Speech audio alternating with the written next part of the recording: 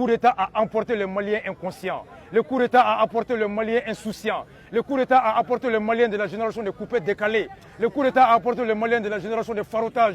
Maintenant, c'est le Malien de la génération de Sankara, de Modibo Keïta, de Jomo Kenyatta, de Patrice Lumumba, de Ben Bella, des nationalistes.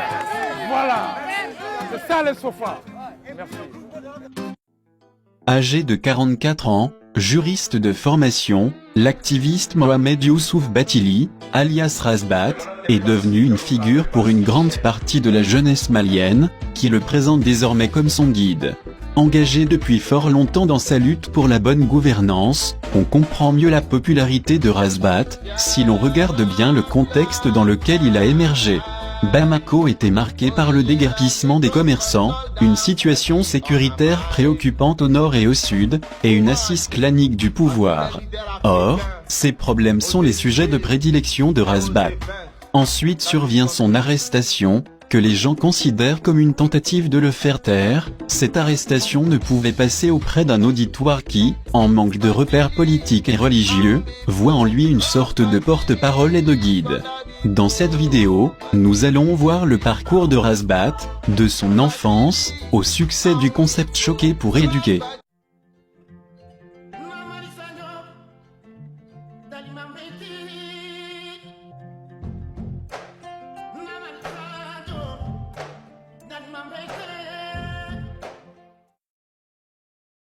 Razbat est issu d'une fratrie de 4 frères et sœurs. Son père est Mohamed Ali Bathily, qui a été ministre à plusieurs reprises.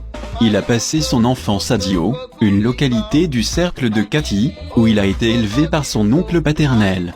C'est un milieu où toutes les familles sont les tiennes, et tous les adultes sont tes parents. Donc forcément tu développes l'esprit de solidarité.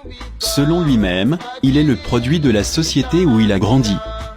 Son père Mohamed Ali Bathily ne partage pas la philosophie Rasta, mais a encouragé Razbat en lui offrant dès le secondaire, des livres de Malcolm X et de Martin Luther King, ainsi que des disques sur le rastafarisme. C'est de cette philosophie Rasta, à laquelle se sont ajoutés des études de droit, qu'est vient son engagement et son activisme.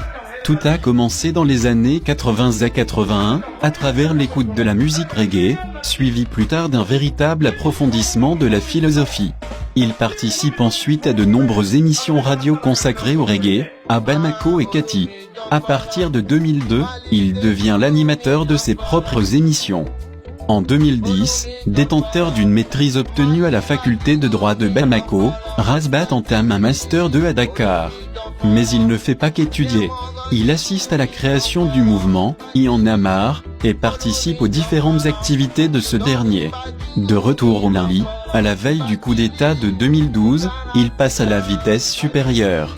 Quelques semaines après le début de l'opération Serval, Razbat lance avec des artistes maliens, un collectif dénommé les Sofas de la République, pour dénoncer l'ambiguïté de la position française dans le conflit malien, avant de s'attaquer à d'autres sujets relatifs à la vie du pays.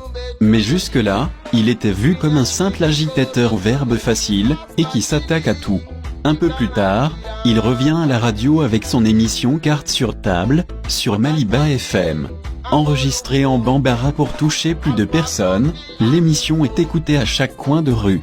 Responsable politique et militaire, gouvernance, leader religieux. Tout le monde écoute son émission. Il n'hésite pas à employer des termes comme « indigne »,« incapable »,« incompétent »,« voleur », qui sont des qualificatifs percutants, dans un pays où le respect des anciens est considéré comme une valeur essentielle. Razbat estime qu'il faut appeler le chat par son nom. Dans une interview, il a dit, je cite, « Nous sommes là pour changer l'opinion qui avait commencé à croire que dire à un vieux de 70 ans qu'il est un incapable est une insulte. On est en train de travailler le peuple à ne plus avoir peur du président, à ne plus le voir comme un roi, mais plutôt comme son employé, son fonctionnaire. Il doit apparaître aux yeux du peuple comme le gardien de la maison, comme son chauffeur. » Fin de citation. Ce changement de mentalité permettra de démystifier les hauts fonctionnaires, et les dénoncer quand ils ne font pas bien leur travail. Selon Razbat, choquer pour éduquer, est un concept qui consiste à éveiller ce peuple, qui est le vrai souverain, et dont on a réussi à faire croire qu'il est destiné à subir. occupation d'une bonne partie du territoire national, mauvaise gouvernance, corruption, chômage, Rasbah touche toutes les carences du régime. Le sang chaud et le verbe facile, ses proches le décrivent comme étant d'une profonde conviction, qui lui donne une forte personnalité. Rasbah est en train de bousculer les habitudes, c'est pourquoi on a l'impression qu'il dépasse les bornes. Mais sa virulence est à la mesure du mal qu'il combat. Ainsi, il fut interdit de passer des émissions sur les radios. C'est cette interdiction qui va donner un nouvel élan à sa lutte, car Rasbah, étant un fin stratège, va désormais s'exprimer sur sa page Facebook. Cette nouvelle voie de communication lui a permis de toucher un nouvel auditoire très important, qu'est la diaspora malienne. Depuis, la diaspora malienne est devenue une fervente défenseur de Rasbah. Pour avoir plus d'impact, Rasbah et ses sympathisants vont créer le collectif pour la défense de la République, le CDR, dont il est le porte-parole. Aujourd'hui, plusieurs antennes du CDR sont créées partout dans le monde, et la page Facebook de Rasbah compte plus de 200 000 abonnés.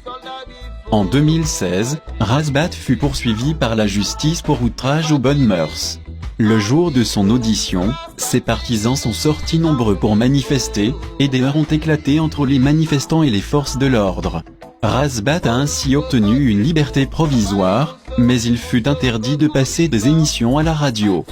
En juillet 2017, lorsqu'il était en tournée internationale avec les CDR du monde entier, Rasbah fut condamné par contumace à 1 an de prison ferme, et une amende de 100 000 francs CFA, pour démoralisation des troupes en temps de guerre. À son retour au Mali, il fut accueilli par des milliers de partisans. Le jour de son procès en appel, plusieurs dizaines de milliers de personnes ont manifesté à Bamako, bloquant toutes les routes principales de la ville. Rasbah fut relaxé par la cour, et les poursuites ont été abandonnées. À l'approche de la présidentielle de juillet 2018, les gens se posaient beaucoup de questions concernant la position du CDR, qui est devenu un acteur incontournable de la société civile. Rasbah allait-il se présenter? Ou le CDR allait soutenir un candidat? Le doute aura plané pendant plusieurs semaines avant que le CDR, par la voix de son porte-parole, Rasbah, dévoile le nom de leur candidat pour la présidentielle, qui était Soumaïla Cissé, chef de file de l'opposition. Rasbah a justifié ce choix en expliquant que parmi les différents candidats, Soumaïla Cissé est celui qui a beaucoup de convergence avec le CDR. En effet, le CDR au terme de ses concertations populaires, les 24 et 25 mars 2018, au carrefour des jeunes de Bamako, auquel plus de 500 délégués de l'intérieur comme de la diaspora, avaient participé à rédiger un manifeste. Dans ce document, le mouvement a arrêté des critères et des propositions en vue de la présidentielle. Ce manifeste élaboré par le comité scientifique du CDR, a été soumis à plusieurs candidats. C'est après toutes ces démarches que le collectif a pris sa décision. Selon Rasbah, la présidentielle à venir doit être le moment de l'alternance.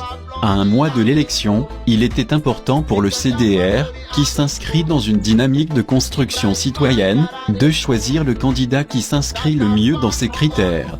Il y avait plus de convergence entre ce manifeste et le programme de l'URD, notamment sur la santé, l'éducation, l'emploi, la sécurité. Après l'annonce du choix du CDR, Rasbah a mené un travail de titan, en sillonnant les localités de l'intérieur comme de l'extérieur, en faveur de la coalition que le CDR a formée avec l'URD. Mais malgré les efforts, Soumaïla Cissé fut battu au second tour par le président sortant, Ibrahim Boubacar Keïta. Aujourd'hui, même si Rasbah est l'homme le plus controversé du Mali, il est évident que le CDR s'est hissé au rang d'acteur incontournable de la société civile. Fort de ses 200 000 abonnés sur Facebook, et ses milliers de partisans, au Mali et partout dans le monde, Rasbah joue un rôle important dans le dialogue national inclusif, qui a pour but d'échanger sur les préoccupations des Maliens, pour la bonne application de l'accord de paix et de réconciliation de 2015.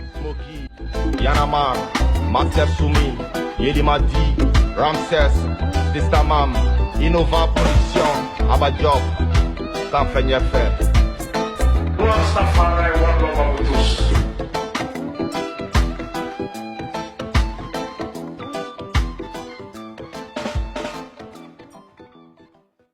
Mandela Samouane, Wolonvla de quelle prison? Malcolm X a fait la prison. Martin Luther King a fait la prison. Modibo Keïta, Jomo Kenyatta, Patrice Lumumba, le Rasta, sa dignité et sa liberté d'opinion. Voilà les amis, c'est tout pour aujourd'hui. N'hésitez pas à liker et partager la vidéo, si elle vous a plu. Donnez votre avis dans les commentaires, et abonnez-vous pour ne pas rater nos prochaines vidéos.